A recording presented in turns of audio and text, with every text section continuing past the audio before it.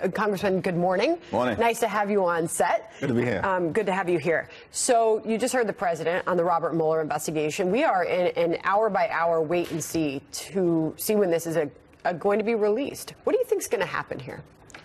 Well, this is an important national security investigation that we just have to allow to run its course.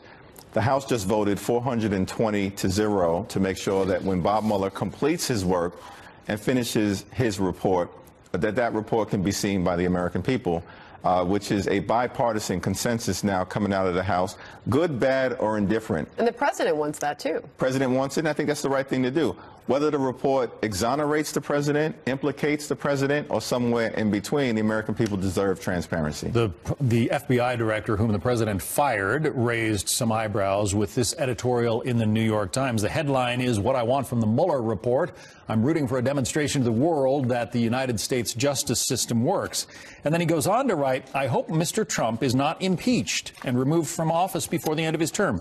I don't mean that Congress shouldn't move ahead with the process of impeachment governed by our Constitution if Congress thinks the provable facts are there. I just hope it doesn't, because if Mr. Trump were removed from office by Congress, a significant portion of this country would see this as a coup, and it would drive those people farther from the common center of American life, more deeply fracturing our country." Your response?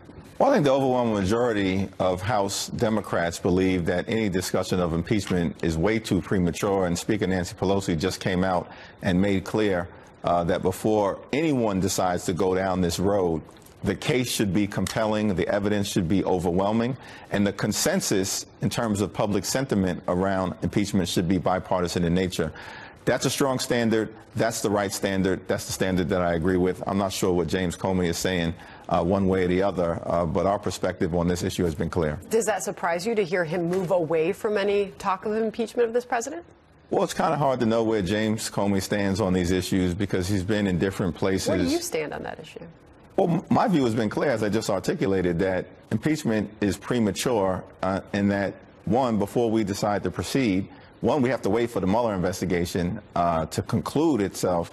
Two, we have to be able to review the report. Three, we got to make sure the report is presented to the American people. So stay away from that for now, you're urging your fellow Democrats. Well, we're going to continue to focus on lowering health care costs, increased pay for everyday Americans, a real infrastructure plan. I see the president just talked about that, and cleaning up corruption and the mess in Washington, D.C. That's the For the People agenda that we have been talking about. That being said, former Congressman Trey Gowdy says he sees a real groundswell among Democrats to move toward impeachment. Listen to this.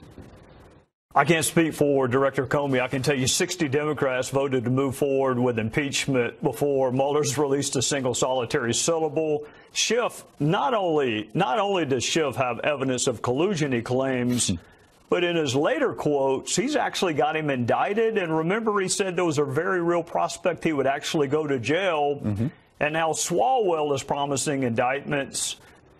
So if 60 Democrats are on board, you don't think there's a wait and see attitude, or you do think there's a wait and see attitude? Well, Trey, who I served closely with and worked with him on a wide variety of issues, including criminal justice reform, I think is referring to some procedural votes that took place in the last Congress with respect to a motion to table a resolution that was put forward by Representative Al Green. That has nothing to do with articles of impeachment, has nothing to do with starting an impeachment inquiry. It has nothing to do with steps that Democrats have taken since we seized control of the House of Representatives. I've got to ask you now about these demands from House Democrats to have Jared Kushner answer questions and turn over documents related to what they say was his use of WhatsApp, which, as we know, is an encrypted messaging service. It's owned by Facebook to conduct business, official business, and communicate with foreign leaders. What are Democrats asking for here? Well, I think people want to get some understanding of the type of communication that Jared Kushner was engaged in, whether that compromised sensitive discussions with foreign leaders and was susceptible to the type of hacking that could really jeopardize America's communication of information. And I think that is a reasonable request. We'll have to try to figure out what actually took place. Jared Kushner's lawyer has spoken. We haven't heard from Jared Kushner. I assume at some point he'll comment. What is the request based on that came from Jared Kushner's lawyer? Well, I think you would have to talk to the House Oversight Committee in terms of the particulars of what they want in the Judiciary Committee. We haven't gone down this road yet. You're going to be speaking at the AIPAC conference, right? That's right. You've done that for the last several years. A number of prominent Democrats, presidential candidates, among them like Beto O'Rourke, are not going to be. Here is Beto on that point. I'm here in South Carolina.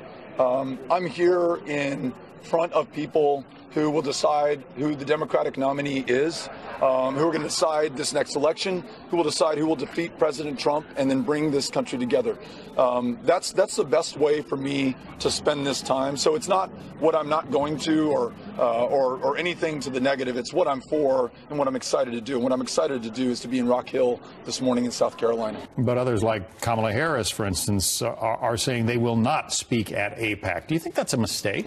Well, I can't speak for the presidential candidates. What I can speak for is the House Democratic Caucus, who clearly are strongly pro-Israel. I myself, represent the 9th most African-American district in the country, the 14th most Jewish. It's the best of both worlds. I've been to Israel 3 times. I recognize that there's shared values, shared strategic interests that are important.